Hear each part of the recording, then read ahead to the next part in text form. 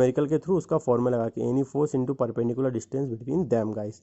अब जो हमारा सेकंड वाला न्यूमेरिकल होता है गाइस, सेम इसी पे बेस्ड है वो भी। ये क्या होता है गाइस हमारा, work done for deflecting electric dipole in a uniform electric field.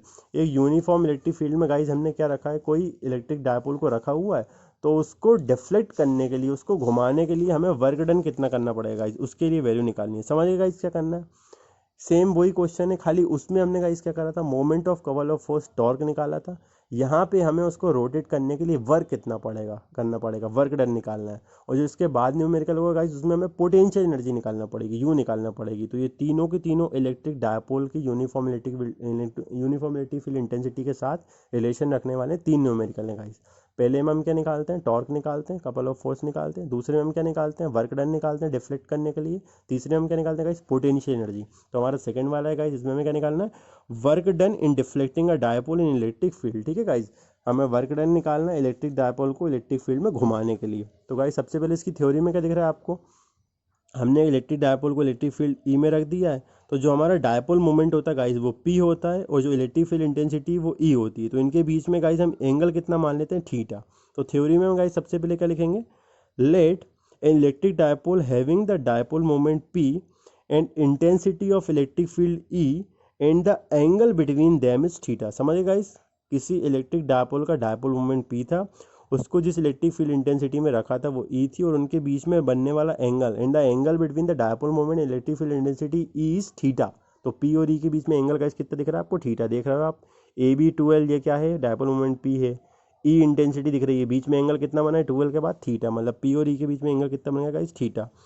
In this case the couple of force acting on a dipole, तो इस केस में डायपोल पे लगने वाला कपल ऑफ फोर्स क्या होगा गाइस, टॉर्क अभी निकाला था हमने। कपल ऑफ फोर्स हम किसको बोलते हैं गाइस, टॉर्क को बोलते हैं। टॉर्क की वैल्यू अभी निकाली थी अपने। टॉर्क क्या होता है guys, P E sine theta होता है कि नहीं होता, स्क्रीन पे लिखा दिख जाएगा आपको गाइस, टॉर्क इक्वल टू कितना होगा, P sine theta.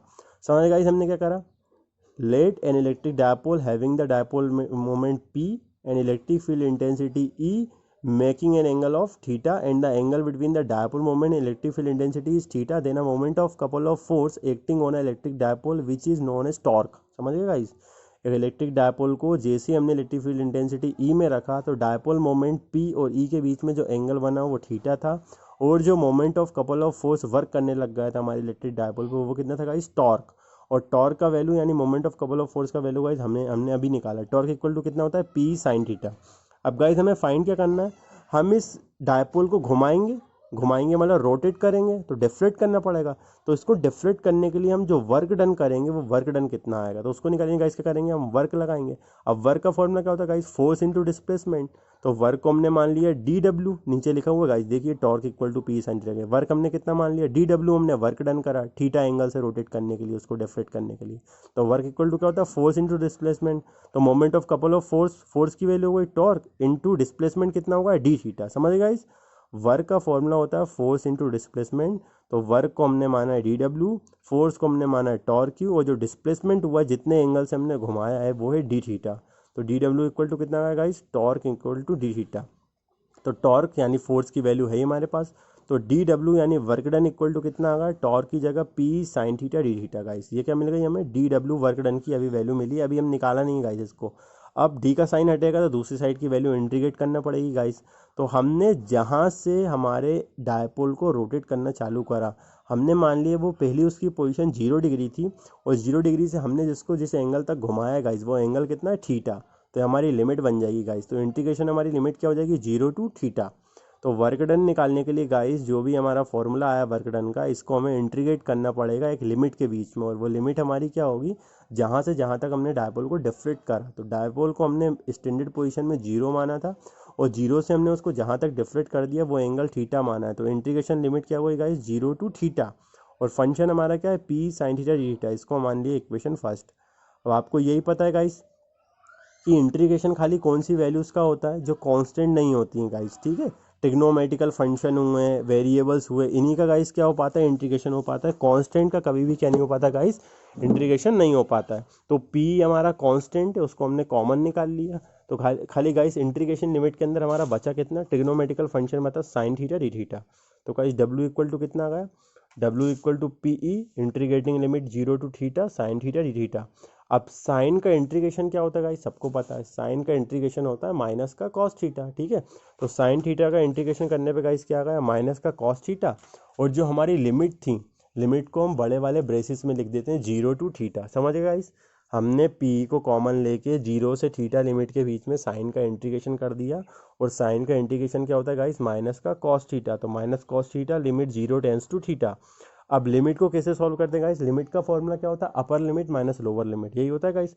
Upper limit minus lower limit का मतलब ये होता है, एक बार थीटा की जगह आपको ऊपर वाली वैल्यू रखनी है, माइनस करके एक बार आपको थीटा की जगह कौन सी वैल्यू रखनी है, नीचे वाली। तो अपर लिमिट रखेंगे गाइस पहले माइनस कॉस थीटा, तो कॉस थीटा की जगह कॉस थीटा रखेंगे। अब गाइस कितना रखेंगे, upper limit minus lower limit, minus cos theta में अब थीटा की जगह 0 रखेंगे तो बीच में माइनस माइनस क्या हो जाएगा इस प्लस, और कॉस थीटा की जगह कितना रखाएगा 0। तो upper limit minus lower limit formula लगाएंगे तो कितना जाएगा इस पी ई ब्रैकेट में minus cos theta plus cos theta, इतना मिल जाएगा इस, क्योंकि माइनस माइनस क्या हो जाएगा प्लस हो जाएगा, और थीटा की जगह क्या जाएगा, एक बार 0 एक बार थीटा। अब कॉस 0 डिग्री की वैल्यू कितनी होती है गाइस 1, और आगे क्या मिला है माइनस का कॉस थीटा, तो 1 को आगे लिख लेंगे, माइनस के कॉस थीटा को पीछे लिख लेंगे। तो W इक्वल टू कितना है guys, work done W equal to P E 1 minus cos theta. तो ये क्या होता है guys, work done for deflecting a electric dipole in a uniform electric field. एक यूनिफॉर्म इलेक्ट्रिक फील्ड में किसी इलेक्ट्रिक डायपोल को डिफ्लेक्ट करने के लिए जो वर्क डन करना पड़ता है, उस वर्क डन की वैल्यू आती है W equal to P E 1 minus cos theta. अब इसमें भी गाइस हमें ये निकालना पड़ता है कि कब आपका वर्क मिनिमम होगा, कब आपका वर्क मैक्सिमम होगा। तो सबसे पहले गाइस 3 केसेस बनते हैं, तो पहला केस स्टडी करते हैं हम, अगर थीटा की वैल्यू 0 डिग्री है, मतलब हमने हमारे किसको डायपोल को घुमाया ही नहीं, जब घुमाया ही नहीं डायपोल को तो वर्क डन ही नहीं करना पड़ा, है ना भाई। वर्क करेंगे तभी तो वर्क की कुछ वैल्यू मिलेगी। जब हम रोटेट ही नहीं कर पाए, डिफ्लेक्ट ही नहीं कर पाए डायपोल को, थीटा ही 0 डिग्री है, तो जाहिर सी बात है वर्क ही नहीं हुआ होगा, क्योंकि वो घूमा ही नहीं। तो W equal to P 1 minus cos theta, formula लिखा गाइस, थीटा हमने कितना माना इस केस में 0, तो कॉस की जगह 0 डिग्री रख दिया, कॉस 0 की वैल्यू कितनी होती है गाइस 1, 1 में से 1 गया तो कितना आएगा 0। अब पी का इंटू 0 में करेंगे गाइस तो कितना आएगा 0, तो वर्क डन की वैल्यू 0 मिल गई, क्योंकि एंगल कुछ बना ही नहीं तो वर्क डन करा ही नहीं, क्योंकि हमने वर्क डन करा हो तो थीटा आगे बढ़ता, कुछ घूमता हमारा डायपोल, वो घूमा ही नहीं, रोटेट ही नहीं हुआ, तो वर्क डन 0 जब थीटा कितनी डिग्री हो 0 डिग्री। अब हमने मान लिया केस 2 में थीटा इक्वल टू 90 डिग्री है ना, और हमने 90 डिग्री के एंगल से घुमा दिया, रोटेट कर दिया हमारे डायपोल को। तो W equal to P 1 minus cos theta होगा गाइस, तो थीटा की जगह इस केस में कितना रखेंगे 90, सेकेंड वाले केस में। तो थीटा की जगह गाइस हमने 90 रखा, तो कॉस 90 कितना होता है गाइस 0 होता है, तो 1 में से 0 गए तो गाइस कितना बचा 1 ही बचा, तो W equal to P E into 1, तो वर्क डन इक्वल टू कितना आ गया पी ई आ गया गाइस। तो इस केस में भी वर्क डन क्या होता है गाइस, मिनिमम होता है। जब हम हमारे इलेक्ट्रिक डायपोल को 90 डिग्री के एंगल से रोटेट कर देते हैं, तो इस केस में भी वर्क डन की वैल्यू क्या मिलती है गाइस, मिनिमम मिलती है। अब हम गाइस केस थर्ड की स्टडी करते हैं। केस थर्ड में हमने मान लिया guys theta equal to 180 degree है, मतलब हमने पूरा 180 डिग्री के एंगल से हमारी इलेक्ट्रिक डायपोल को क्या कर दिया, घुमा दिया, 180 डिग्री का एंगल बना दिया, हाफ साइकिल गाइस, ठीक है। तो ऐसा करने पे क्या होगा गाइस, फॉर्मूला जो है हमारा वर्क डन का W equal to P 1 minus cos theta, cos theta की जगह हमने रख दी है थीटा की जगह 180, तो 1 माइनस कॉस 180। अब कॉस 180 की वैल्यू क्या होती है गाइस, -1, जानते हो ना गाइस, जो किसी चीज़ की वैल्यू 0 पे होती है वही उसकी वैल्यू 180 पे हो, खाली कोऑर्डिनेट चेंज हो जाता है कॉस का, तो कॉस प्लस से काय में जाता है माइनस में। तो अगर 0 डिग्री +1 है कॉस, तो 180 कितना होगा -1, तो माइनस माइनस गाइस क्या हो जाएगा +1, तो 1 और 1 कितने होगा गाइस 2, और 2 का इंटू पी में होगा तो 2 PE, मतलब वर्क डन जस्ट डबल आ रहा है यहाँ पे, ठीक है। तो वर्क डन डबल हो रहा है, तो मतलब ये क्या है, मैक्सिमम वैल्यू वर्क डन की गाइस। तो केस थर्ड में मैक्सिमम वैल्यू